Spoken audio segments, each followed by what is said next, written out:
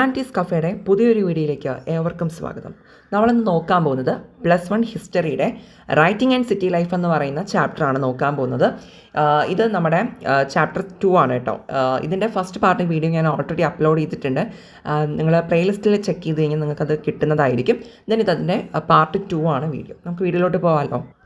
പിന്നെ ഒരു കാര്യം പറഞ്ഞോട്ടെ, ഞാനിതിപ്പോൾ NCERTയുടെ ഒരു ടെക്സ്റ്റ് വെച്ചിട്ടാണ് PDF വെച്ചിട്ടാണ് ഞാൻ ഈ ക്ലാസ് എടുക്കുന്നത്, റെക്കോർഡ് ചെയ്യുന്നത്. അപ്പോൾ നിങ്ങളുടെ കയ്യിൽ ചിലപ്പോൾ ഒരുപക്ഷെ ഗൈഡൊക്കെ ആയിരിക്കും ഉണ്ടാവുക. അത് വെച്ച് തന്നെ നന്നായിട്ട് പഠിച്ചാൽ മതി.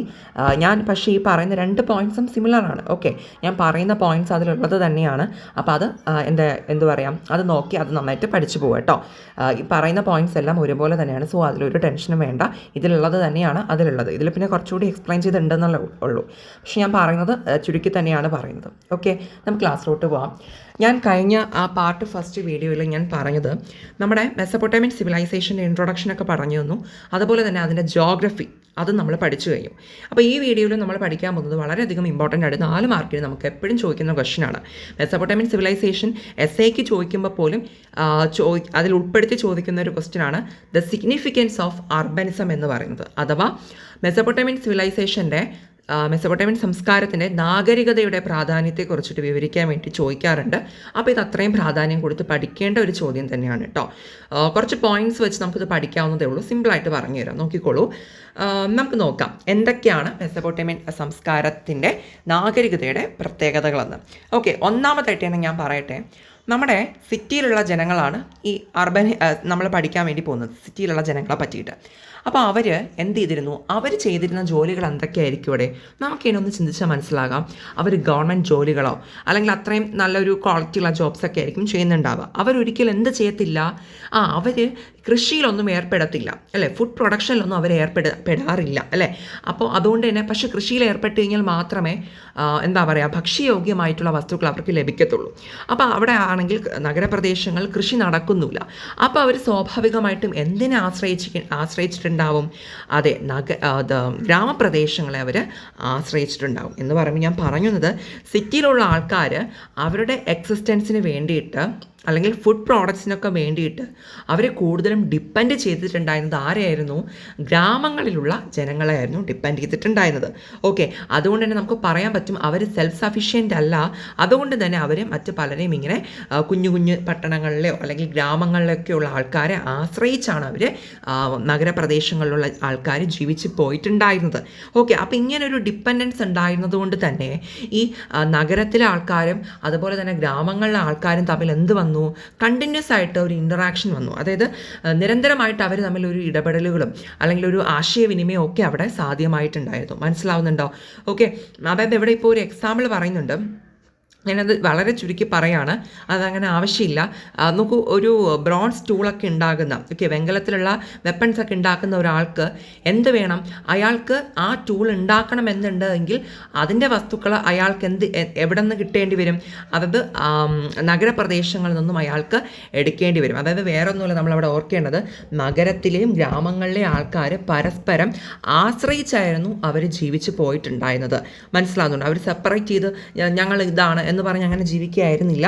അവർ പരസ്പരം ഡിപ്പെൻഡ് ചെയ്ത് അവർ എന്താണ് പറയുക, അവർ കോർഡിനേറ്റ് ചെയ്തായിരുന്നു അവർ ജീവിച്ച് പോയിട്ടുണ്ടായിരുന്നത്.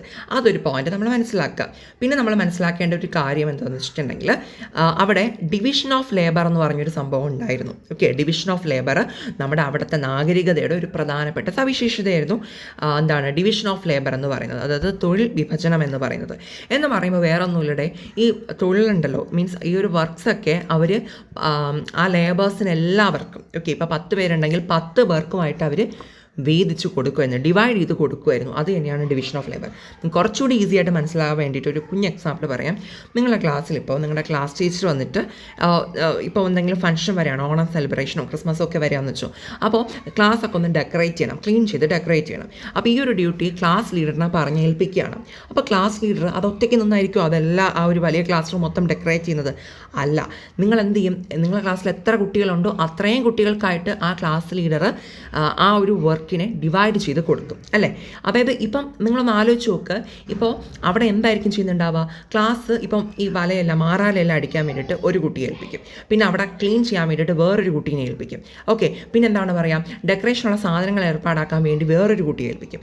അങ്ങനെയായിരിക്കും നിങ്ങൾ ചെയ്യുന്നുണ്ടാവുക അല്ലേ. അപ്പോൾ ഒരാൾ തന്നെ എല്ലാ കാര്യവും ചെയ്യാതെ പലരും വ്യത്യസ്തമായിട്ടുള്ള ജോലികളിൽ ഏർപ്പെടുകയാണ് ചെയ്യുന്നത്. അങ്ങനെ ചെയ്യുമ്പോഴാണ് അവിടെ ഒരു നല്ലൊരു റിസൾട്ട് ഉണ്ടാകുന്നത് ആണല്ലോ. അതേ ഒരു സിസ്റ്റം തന്നെയാണ് എവിടെ നമ്മൾ പഠിച്ച ഡിവിഷൻ ഓഫ് ലേബറിൽ. ഓക്കെ, ഒരാൾ തന്നെ എല്ലാം ചെയ്യുന്നില്ല, പല വർക്കേഴ്സും പല വർക്കുകളിൽ ഏർപ്പെടുകയാണ് ചെയ്യുന്നത്. അതാണ് ഈ ഒരു ഡിവിഷൻ ഓഫ് ലേബർ എന്ന് പറയുന്നത്. എനിക്ക് തോന്നുന്നു നിങ്ങൾക്ക് +1 സോഷ്യോളജിക്കാരുണ്ടെങ്കിൽ സോഷ്യോളജിയിൽ ഈ ഒരു ഡിവിഷൻ ഓഫ് ലേബർ ഡീറ്റെയിൽ ആയിട്ട് പഠിക്കാനൊക്കെ ഉണ്ടെന്ന് തോന്നുന്നു അല്ലേ. ഓക്കെ, എന്തായാലും നമുക്കിവിടെ ഇത്രേ പഠിക്കാനുള്ളൂ കേട്ടോ. നോക്കിക്കോളൂ, അടുത്തെന്താ പറയണേ. അപ്പോൾ ഇത് രണ്ടാമത്തെ ഒരു സവിശേഷതയാണ് നാഗരികതയുടെ. ഓക്കെ, ഇനി മൂന്നാമതായിട്ട് പറയുന്ന ഒരു കാര്യമാണ് സോഷ്യൽ ഓർഗനൈസേഷൻ. ഓക്കെ, നാഗരികതയുടെ മറ്റൊരു പ്രധാനപ്പെട്ട ഒരു സവിശേഷതയാണ് സോഷ്യൽ ഓർഗനൈസേഷൻ എന്ന് പറയുമ്പോൾ അവിടെ ഒരു സംഘടനം ഉണ്ടായിരുന്നു, ഈ ആൾക്കാരുടെ ഇടയിൽ ഒരു ഒത്തൊരുമ ഉണ്ടായിരുന്നു എന്നാണ് നമ്മൾ മനസ്സിലാക്കാൻ വേണ്ടിയിട്ട്. അതെങ്ങനെയാണെന്ന് വെച്ചാൽ ഡീറ്റെയിൽ ആയിട്ട് പറഞ്ഞുതരാം. വേറൊന്നുമില്ല, ഞാൻ പറഞ്ഞു നഗരങ്ങളിലുള്ള ആൾക്കാർ ഗ്രാമങ്ങളിലുള്ള ആൾക്കാരൊക്കെ ഡിപ്പെൻഡ് ചെയ്താണ് അവർ ജീവിക്കുന്നതെന്ന് നമ്മൾ ഫസ്റ്റ് പഠിച്ചല്ലോ. അപ്പോൾ അതുകൊണ്ട് തന്നെ അവർ ഉപയോഗിക്കുന്ന പല വസ്തുക്കളും, നഗരത്തിലുള്ള ആൾക്കാർ ഉപയോഗിക്കുന്ന പല വസ്തുക്കളും മറ്റുള്ള പല സ്ഥലങ്ങളിൽ നിന്നും എന്ത് ചെയ്തതായിരിക്കും, എക്സ്പോർട്ട് ചെയ്ത് കൊണ്ടുവന്നിട്ടുള്ളതായിരിക്കാം. മനസ്സിലാവുന്നുണ്ടോ? പലയിടത്തു നിന്ന് വാങ്ങിക്കൊണ്ടുവന്നിട്ടുള്ളതായിരിക്കാം. ഓക്കെ, അതുകൊണ്ട് തന്നെ ഈ സാധനങ്ങളൊക്കെ കൊണ്ടുവരുമ്പോൾ ബൾക്കായിട്ടല്ലേ കൊണ്ടുവരൂ. അപ്പോൾ ഈ സാധനങ്ങളൊക്കെ എവിടെയെങ്കിലും എന്ത് ചെയ്യേണ്ടതുണ്ട്, സ്റ്റോർ ചെയ്ത് സംരക്ഷിച്ച് വെക്കേണ്ടതുണ്ട്.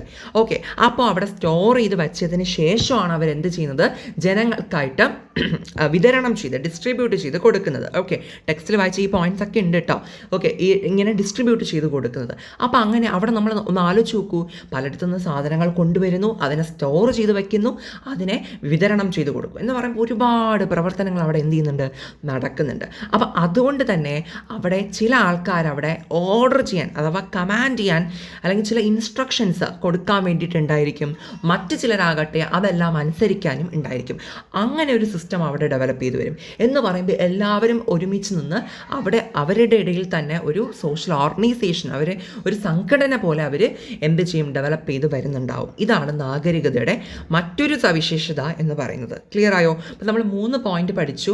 ഒന്ന്, ആ ഒരു ഡിപ്പെൻഡൻസിൻ്റെ കാര്യം നമ്മൾ പറഞ്ഞു, പിന്നെ ഡിവിഷൻ ഓഫ് ലേബറിൻ്റെ കാര്യം നമ്മൾ പറഞ്ഞിട്ടുണ്ടായിരുന്നു, അതുപോലെ തന്നെ സോഷ്യൽ ഓർഗനൈസേഷൻ്റെ കാര്യം നമ്മൾ പറഞ്ഞിട്ടുണ്ടായിരുന്നു ആണല്ലോ അല്ലേ.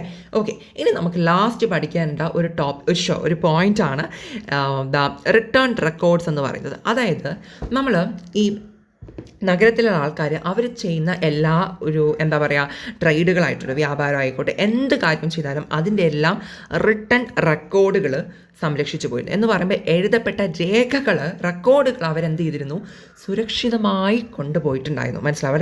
വേറൊന്നുമില്ല, അവരിപ്പം എന്താണോ ഇപ്പോൾ എന്തെങ്കിലും ഒരു ഇമ്പോർട്ടൻ്റ് ഉള്ള കാര്യം ചെയ്തെന്ന് വെച്ചു, അപ്പോൾ അവരെന്ത് ചെയ്യും, അവർ റെക്കോർഡായിട്ട് അത് രേഖപ്പെടുത്തി എഴുതി വയ്ക്കും. ഓക്കെ, അതാണ് റിട്ടേൺ റെക്കോർഡുകൾ എന്ന് പറയുന്നത്. അപ്പോൾ ഈ ഒരു സവിശേഷത കൂടി മെസപ്പൊട്ടേമിയൻ സിവിലൈസേഷൻകാരുടെ നാഗരികത അഥവാ അർബനിസത്തിന് ഉണ്ടായിരുന്നു. ഓക്കെ, അപ്പോൾ ഈ 4 പോയിന്റുകളും നിങ്ങൾ എഴുതി എക്സ്പ്ലെയിൻ ചെയ്ത് ബ്യൂട്ടിഫുൾ ആയിട്ട് ആൻസർ കൊടുക്കുമ്പോൾ നിങ്ങൾക്ക് ഇതിനുള്ള ഫുൾ മാർക്കും കിട്ടുന്നുണ്ടാവും. മനസ്സിലാവുന്നുണ്ടോ? അതായത് കണ്ടിന്യൂസ് ഇൻട്രാക്ഷൻ, ആ ഒരു ഡിപ്പെൻഡൻസിൻ്റെ കാര്യം ഞാൻ പറഞ്ഞു, ഡിവിഷൻ ഓഫ് ലേബറിൻ്റെ കാര്യം പറഞ്ഞു, ദെൻ ഓൾസോ സോഷ്യൽ ഓർഗനൈസേഷൻ്റെ കാര്യം പറഞ്ഞു, അതുപോലെ തന്നെ റിട്ടേൺ റെക്കോർഡുകൾ കീപ്പ് ചെയ്യുന്ന കാര്യം നമ്മൾ പറഞ്ഞു കഴിഞ്ഞു. ഓക്കെ, അപ്പോൾ ഇത്രയും കാര്യങ്ങൾ നിങ്ങൾ പഠിച്ചു കഴിഞ്ഞ് കഴിഞ്ഞാൽ സിഗ്നിഫിക്കൻസ് ഓഫ് അർബനിസം ഈസി ആയിട്ട് നിങ്ങൾക്ക് എഴുതാൻ പറ്റും. ഇനി നമുക്ക് പഠിക്കേണ്ട ടോപ്പിക്കാണ് movement of goods in two cities എന്ന് പറയുന്നത്. ഇത് അത്ര ഇമ്പോർട്ടൻ്റ് അല്ല, എങ്കിലും ഓർത്ത് വെച്ചേക്കുക. വേറെ ഒന്നുമില്ലടെ, മെസപ്പൊട്ടേമിയക്കാർക്ക്, നമ്മൾ മെസപ്പൊട്ടേമിയ വെച്ചാണല്ലോ പഠിച്ചുകൊണ്ടിരിക്കുന്നത്. സോ മെസപ്പൊട്ടേമിയക്കാർക്ക് അവർക്ക് മിനറൽ റിസോഴ്സസ് വളരെയധികം കുറവാണ്. എന്ന് പറയുമ്പോൾ ധാതു വിഭവങ്ങളുണ്ടല്ലോ, ഇത് വളരെയധികം കുറവാണ്, അവർക്കില്ല. ഓക്കെ, കുറച്ചേ ഉള്ളൂ. പക്ഷേ അവരുടെ കയ്യിൽ എന്തുണ്ട്, കാർഷിക ഉൽപ്പന്നങ്ങളൊക്കെ ഉണ്ട്. അഗ്രികൾച്ചർ പരമായിട്ടുള്ള പ്രോഡക്ട്സും കാര്യങ്ങളൊക്കെ അവർക്ക് മെസപ്പൊട്ടേമിയക്കാർക്ക് സുലഭമായിട്ട് തന്നെ ഉണ്ട്.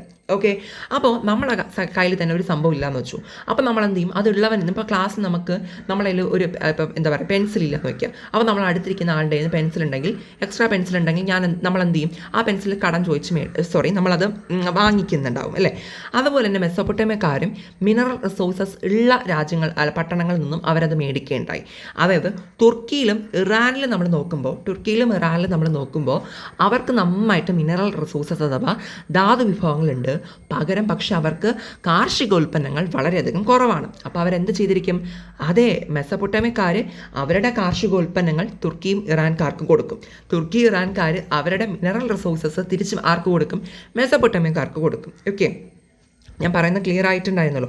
എന്ന് പറയുമ്പോൾ മെസ്സപ്പൊട്ടേമിയക്കാരും തുർക്കിക്കാരും തമ്മിൽ എന്ത് ചെയ്യുന്നിരുന്നു? അവർ പരസ്പരം അവർക്ക് വേണമെന്നുള്ള സാധനങ്ങൾ പരസ്പരം കൈമാറ്റം ചെയ്തിരുന്നു. എന്ന് പറയുമ്പോൾ അവരുടെ ഇടയിൽ ട്രേഡ് ആയിരുന്നു ഉണ്ടായിരുന്നത്, വ്യാപാരം വന്നിട്ടുണ്ടായിരുന്നു അല്ലേ. ഓക്കെ, അതായത് നമ്മളിവിടെ നിന്ന് മനസ്സിലാക്കേണ്ട കാര്യം വേറൊന്നുമില്ല. മെസ്സപ്പൊട്ടേമിയയിലുള്ള പല സാധനങ്ങളും മറ്റ് പല സിറ്റീസിലോട്ടും എന്ത് ചെയ്തിരുന്നു? പോയിട്ടുണ്ടായിരുന്നു. അതുപോലെ തന്നെ മറ്റു പല സിറ്റീസിലുള്ള പല സംഭവങ്ങളും മെസ്സപ്പൊട്ടേമിയയിലും എത്തിയിട്ടുണ്ടായിരുന്നു. ക്ലിയർ ആയോ? അത്രയേ ഉള്ളൂ ഈ ഒരു ടോപ്പിക്കിനകത്ത് പഠിക്കാൻ വേണ്ടിയിട്ട്. ഓക്കെ, അപ്പോൾ നമ്മൾ ഇന്നത്തെ ക്ലാസ്സിൽ തൽക്കാലം നമ്മൾ ഇത്രയാണ് നമ്മൾ പഠിക്കുന്നത്. ഓക്കെ, അപ്പോൾ നിങ്ങൾക്ക് ക്ലാസ്സിനെ പറ്റിയിട്ടുള്ള അഭിപ്രായങ്ങളൊക്കെ നിങ്ങൾ എന്ത് ചെയ്യുക? കമൻറ്റിൽ അറിയിക്കുക. എന്തെങ്കിലുമൊക്കെ നിങ്ങൾക്ക് ഞാൻ ഇമ്പ്രൂവ് ചെയ്യേണ്ടതായിട്ടുണ്ടെന്നുണ്ടെങ്കിൽ അത് നിങ്ങൾ പറയുക, ഞാനത് ചെയ്യാം. ഓക്കെ, അപ്പോൾ അത്രയേ ഉള്ളൂ. അതുപോലെ തന്നെ സബ്സ്ക്രൈബ് ചെയ്ത് ഷെയർ ചെയ്തുകൂടി സപ്പോർട്ട് ചെയ്യുക. Thank you.